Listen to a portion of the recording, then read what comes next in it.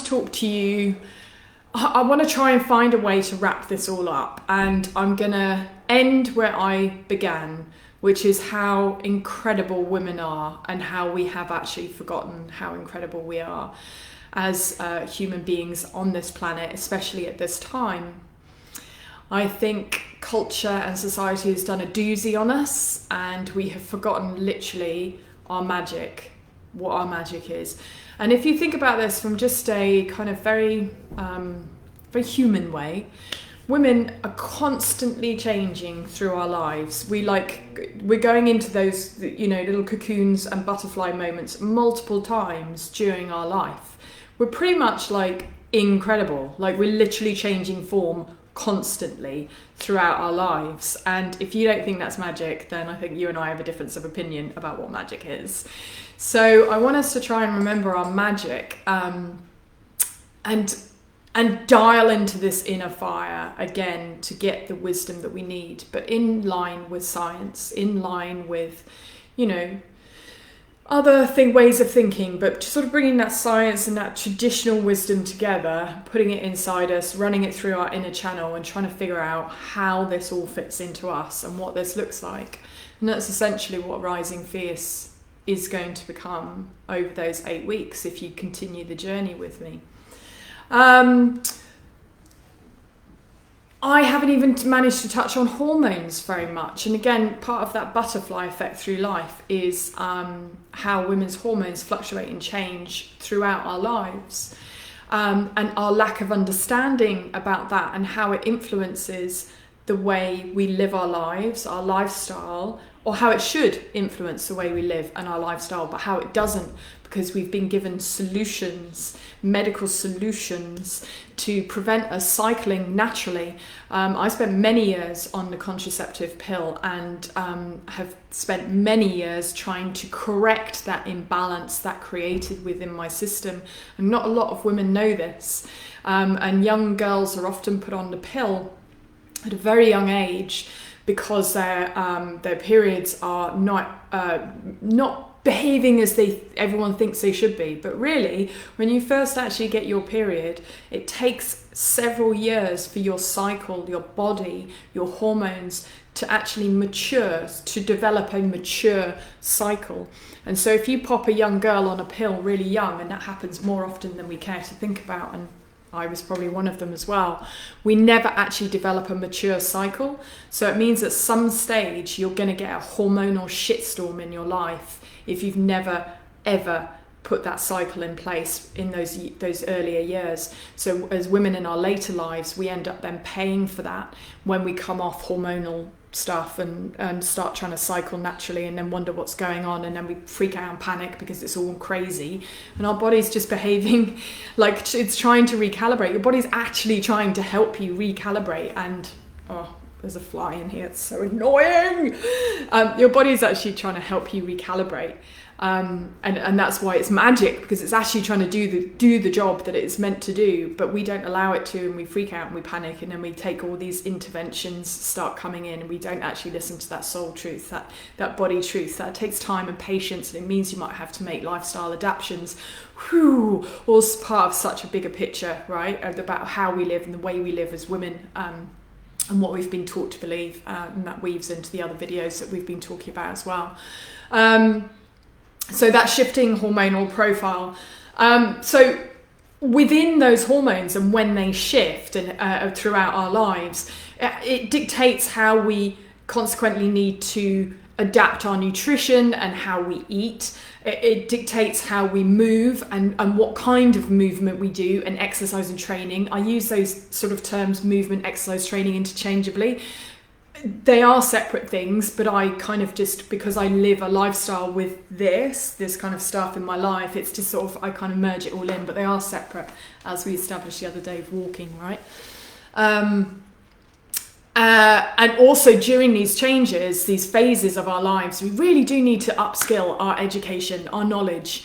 We need to go out there, we need to read some books, we need to have conversations like this, we need to share information amongst us as women, and that brings me into that community and connection.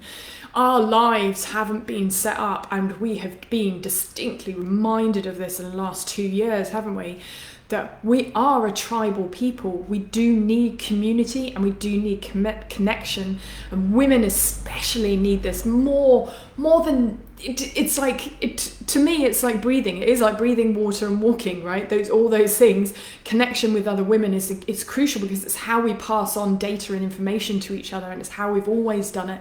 But our modern lifestyle has really made us very, very insular. And that's why technology like this is actually a gift. It's not the same as sitting with other humans, as we've found out over the last 2 years. And that is also why there's been an explosion of women, female practitioners coming forward and sharing their truth and gathering women together. I've never seen so many women's circles and women's groups and ritual stuff going on. Like, it used to just be me and a handful of other people doing it very quietly in the background, and now suddenly everyone's doing it. But to me, that's just a reflection of our deep primal need to gather together, because if we don't have community and connection, we actually lose the currency of wellness. And when I talk about wellness, it's that circle. Remember that sort of circle that we've been looking at. So the currency of wellness is connection and communication and community, and that allows us also. When I talk about connection and community and things like that, I'm also talking about our connection with self, our connection with the food we eat, our connection with our lifestyle, our connection with our immediate family and things like that, but also our connection to land and to nature and to the more spiritual practices that are super important, that have become sort of lost, and we feel they've become unfamiliar to us. These spiritual practices, and now we feel a bit awkward around them, which is one of the reasons why many years ago I created Whispers of the Wild, my weekend for women, because I felt that people just needed a little, and I called it Whispers of the Wild for a reason. It was a whisper, an invitation, a slight do you hear this? And asking women to come into this space again, the space that we've sat in for millennia, but we have forgotten. And again, a reminder that this is all inside us already. We just need to start remembering. How do I weave this into nutrition? Nutrition! It's the elephant in the room, isn't it? It's the place that no one wants to go. We have been traumatized and triggered by the food industry, by the diet industry, by the fitness industry. We've been harmed, and we have trauma as a consequence around these things. So if that is you just see how you go with what I'm saying next. But food can be triggering and can be traumatic, especially for women who have been through the mill with this. So I honour and respect that. However, we do need to talk about it. We have to talk about the elephant in the room, and we have to talk about the way we nurture our bodies with food and what that looks like. And we have to let go of these concepts of like being perfect, and it's all woven in, right? You can see how all these things have become meshed in and complicated because of the way that we've been trained by certain external industries to behave as women, and how we interact with our food. And I think when it comes to things like, so when I work with women, we don't often talk about body composition and weight and things like that unless people want to. It's an invitation, because there's science there. There is certain science there, and we cannot ignore the certain science that has come up. So one of those sciencey facts is waist circumference. So your waist circumference is kind of probably about two fingers, an inch or so above the belly button, and you measure that waist circumference. So it's probably the narrowest part of your waist that you can get. So kind of just keep measuring until you can find the narrowest part. And science says, studies say, and this isn't, this is just science. Science says that if women especially have a waist circumference over 35 inches, then we're in pretty big trouble. Our risk factor for type 2 diabetes, insulin resistance, cardiovascular issues, they go through the roof. It's a marker. It's just a marker. And ideally we want to be closer to sort of the 31 inch in our waist or below. But as with all things in science, they're very black and white. And with women, we are an array of rainbow colours. But we cannot ignore that data. We just have to apply it to ourselves and see where we can change things. So, for instance, often women in our later lives, we can tend to put on a little bit more belly fat. Things are changing, things are shifting. Where we actually store our fat on our bodies changes as we grow older. And that can actually be a risk factor for us, because belly fat it's more to do with our cortisol levels and our adrenals and our stress management. So you can see that even though those things can be belly fat can be reduced with a nutritional protocol, it's all the other things in the circle that we also have to look at. So we have to look at our sleep, our stress management, our mindset, the way we move our bodies, our lean muscle mass. Like it's all of the things. You can't just kind of do one thing and just say, yeah, and tick that off the list, because it sends something else out of whack. But things like when I start talking in that sciencey way, and sort of breaking the body down into sort of facts and figures, it can be quite triggering. And again, I really want to acknowledge that, but we cannot keep ignoring it. We have to understand that there is a correlation between how much body fat we carry on our bodies and our long-term health and well-being.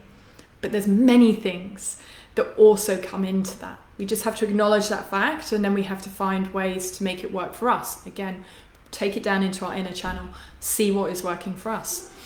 There's so many myths. There's so many myths that have created mistrust when it comes to nutrition as well.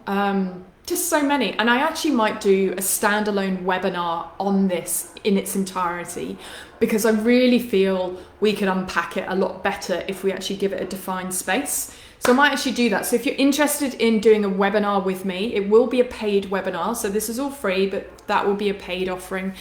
Just comment below. Those of you that have signed up for the Rising Fierce newsletter, lots of you, lovely, welcome.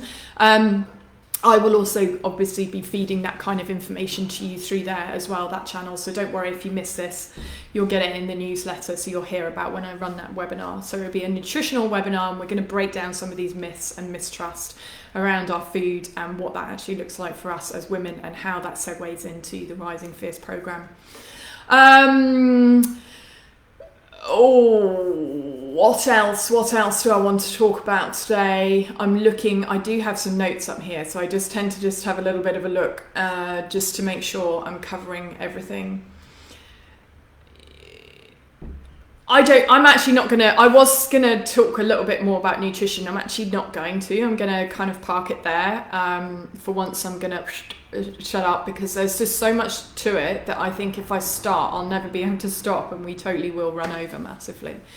So let's go into that kind of that mindset mojo that has such a big influence over what decisions we make in our lives, and it's often here. It's our mindset that gets in the way, and we also we've talked about it. We get into those set patterns and habits about the way we do things. Like, I'm massively habit person, and sometimes I have to go, is this actually really serving me, or am I just doing this out of habit? And so I have to play around with it for a bit, mix things up, just to see if it helps. And sometimes it does and sometimes it doesn't. I go, actually no, that habit was serving me, it was doing it, but I have to go in and test. Do you see? Like, I do a test on myself just to see whether that works or not works for me. It's like how can I just coffee. I've mentioned coffee before. I do love coffee. I got into the habit of having 2 little espressos a day. And it was my habit and my routine and my rhythm, and I enjoyed it and I loved it. And then when I actually started to dial into my body about how it felt about that second coffee, I actually began to realize I didn't really want it, and I purely was doing it because of habit. And when I actually stood there and let myself stand back from that, and I took that second coffee out, I started to sleep a little bit better because I didn't have so much caffeine. Like, I'm a very slow caffeine burner. I'm not one of those people that can really drink past 11 11 a.m. On my coffee, and then it has to be a small amount in the morning anyway. So I started to sleep better, and then I was like, oh, well, I'm sleeping better, so I'm starting to feel better. Do you see? Like I had to tap into that habit and then pull back out and adjust accordingly. So when it comes to Mindset Mojo and things like that, we've got to ditch the perfectionism, do or die attitude to everything. We've got to forget about this wagon. Apparently there's a wagon that comes along and we're either on it or we're off it. That I've never believed in the wagon. It's a mythical creature that goes along the road. What are you talking about? It's life. We are living life. And yeah, that means sometimes we make mistakes and some things don't go quite according to plan. But generally, again, let's get rid of the linear approach to this and start seeing us as very fluid. We're very feminine. Feminine energy isn't linear. That's masculine energy. Feminine energy is a bit more circular and it moves like this. And if we start embracing those circles, and don't think I've got this sussed, by the way. Like, I still have much resistance against this because of the way I've been trained by external forces about how to eat, how to move my body, and what that's meant to look like. But if I start weaving and start working within cycles, so if you are still cycling and you are still having regular periods and non-chemical periods, i.e. not on the contraceptive pill or the Mirena or things like that, you can actually start working with your cycles a little bit more, and that's going to inform you even more. Basically, your period is like your fifth vital sign or something. Like if you know, like I can't remember what all the vital signs are. Like, I should know this, shouldn't I, really? But it's another vital sign. Your period is your, like, I think one of, I think Lara Briden talks about it as like your monthly report card as to what's happened the month before, as to how your period turns up and shows up in your life. And again, it's not linear. Our periods never stay the same. Generally, we have a pattern, but mostly they kind of just change according to what's going on in our bodies and lives. It's just our body doing a beautiful recalibration for us constantly. So we're no more wagons, people. We need to leave these wagons behind. And we need to start adopting a more of a kind of next best step mindset. We need to start thinking about the next meal. Like, people just tend to, like, if things haven't quite gone according to plan with their nutrition, they tend to just sort of throw everything up in the air and we may as well not bother, it's over, and then continue down that path. Why don't we just develop this: next time I eat, I'm going to make conscious choice about the food that I eat. Next time I eat, conscious choice. Allow yourselves, give yourselves good grace to be able to eat in that way. And it just takes the pressure off a bit. Yeah, and that's what we need to do. And again, that feeds back into that perfectionism thing. Just cool, just chill, okay? Chill about this stuff. And when it does come to your mindset, and especially at the moment in the last couple of years, it has been really hard. Mental health has been out there very much, and there's lots of amazing people that are far more experienced and educated in that sector than I am. However, as a woman who's lived through that process, I do find that I have, tried to seek out the things in my tool belt that have helped me get through. And for me, that's just my practices and what I do. I practice breath work and mindfulness, and occasionally I write. I went through a period where I was trying to allow myself to write a little bit more, and I'm not writing for business, not writing for a reason, but just free-flowing writing. It's not something that I've massively engaged in, but I did find it helpful. So some people journal, some people find that helpful. I do find writing a big mother of a list to get everything out of my head that's bothering me onto a piece of paper. Often our mental load as women is insane. And sometimes I think it's worth writing the mega list and then ditching it and then finding three things here. 3 things. And you prioritize that and you work 3 things. So you ignore the rest of the list and you just do the 3 things. But it's also about picking your battles. I think, again, with everything that's been going on in the world for the last 2 years, we've been triggered on so many levels, and emotion and mental and physical, and we have to just sometimes you just have to go, I'm just going to preserve my energy, I'm going to stand back, I'm going to do what's right for me. And again, we don't always have to be speaking and talking and reacting. It's a choice. If we react to something, it's our choice. And again, it's a very learnt process. very learnt process. And I think the last 2 years has been gold for that. And we're still learning. We're all still learning how to be slightly more non-reactive and stand and give everybody space to speak their truth without it being a reflection of us. Dealing with our own trauma first. Let's leave that one there. Seeking joy. I think like none of us really seek joy. And I tell you what, it's simple. I've got a Burmese cat, and whenever I'm sad, I just go and stroke her. And I tell you, that releases these beautiful hormones in my system.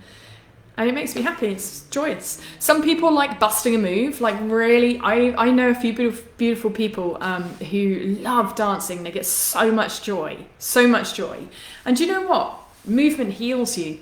And if dancing heals you, actually, dancing is the #1 best form of exercise, movement, training that you could ever do. #1. That's why all these like little European and Greek ladies living in these beautiful blue zones, they all have a bit of a move, bit of a bust a move. They're not going out lifting up weights, but they do have a very physical lifestyle, so they are actually carrying loads, as we've talked about before. But they dance as well. It's part of their culture, and we've kind of left that behind a little bit. So yeah, dialing into a little bit of kitchen dancing, I think is a really good idea. Yeah, so when it comes to sort of mindset, it's again, it's just developing your tools over time, and using them at the appropriate time and not just forgetting them. Remember, this is active practice. Rising Fierce is a life that I live every single day and have created over many years. And it will look different for everybody, but the essence of it remains the same. You really do need to start practicing these things to make them work. Otherwise, you literally will stay where you are and nothing will change. But that's choice. That's your choice. So let's try and bring this all in together. We are on day 5. It is utterly impossible for me to cover everything in 5 days. Just impossible. But I hope that the videos that you have watched have been useful, have given you something to think about, have given you some practical tips and advice, and perhaps you would like to follow that more. So